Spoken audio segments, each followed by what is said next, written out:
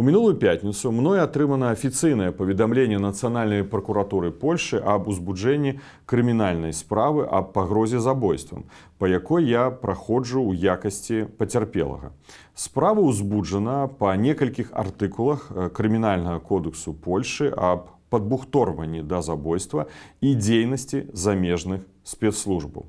Іншымі падрабязнасцямі па дадзенай крымінальнай справе на сённяшні дзень я не валодаю, але на наступным тыдні я афіцыйна запрошаны ў Лодзь у аддзел па барацьбе з арганізаванай злачыннасцю Нацыянальнай пракуратуры Польшчы на сустрэчу з пракурорам.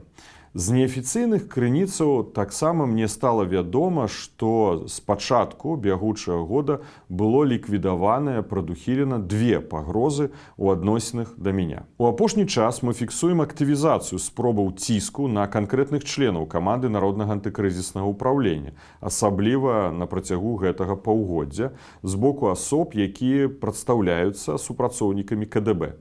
Яны ўжываюць метады подкупу, шантажу, пагроз, рэпрэсій у дачыненні да родных і блізкіх членаў нашай каманды. У нас зафіксаваны доказы гэтых дзеянняў.